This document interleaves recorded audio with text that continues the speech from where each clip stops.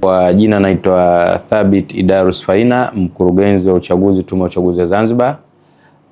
Kama tunavyojua kwamba Tume ya Uchaguzi hivi sasa imekamilisha zoezi la uandikishaji awamu ya pili, na kwa mujibu wa sheria, baada ya kumaliza uandikishaji inapaswa kufanya zoezi zima la display, kubandika wale wote ambao waliandikishwa katika daftari la kudumu la wapiga kura, zoezi ambalo linatarajiwa kufanyika tarehe 24 hadi tarehe 30 mwezi huu wa 5.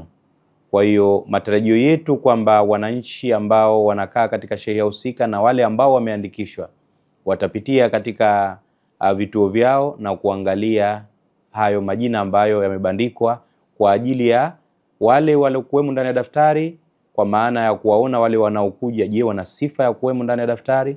Lakini kwa wale ambao ndo kwanza wameandikishwa mara hii, nao jukumu lao kubwa kuweza kuangalia, je, nimo, lakini la pili, je, taarifa zangu zimenakiliwa sahihi.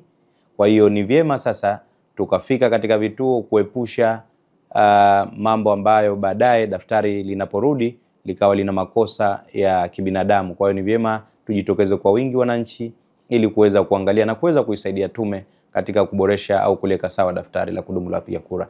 Lakini sambamba na hilo, Tume ya Uchaguzi ya Zanzibar inatarajia pia kuweka uwazi orodha ya watu waliopoteza sifa ya kuwemo ndani ya daftari la kudumu la wapiga kura, ambao hawa wamefariki au wamekana uraia. Lakini zaidi tunao focus ni wale ambao wamefariki. Ni vyema tukapata mashirikiano kutoka katika shehia husika kwa ajili ya kuweza kuwafuta ndani ya daftari la kudumu la wapiga kura.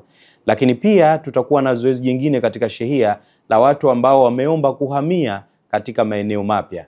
Hawa nao watakuwepo. Kwa hiyo ni busara tukafika kuwaona na listi zao, ili tukajua watu ambao waliohamia katika shehia zao, na kama watawaruhusu wa kuwepo, wametimiza vigezo na sifa, wataendelea kuwepo, na ikiwa hawajaruhusika basi watarudi ambapo wametoka.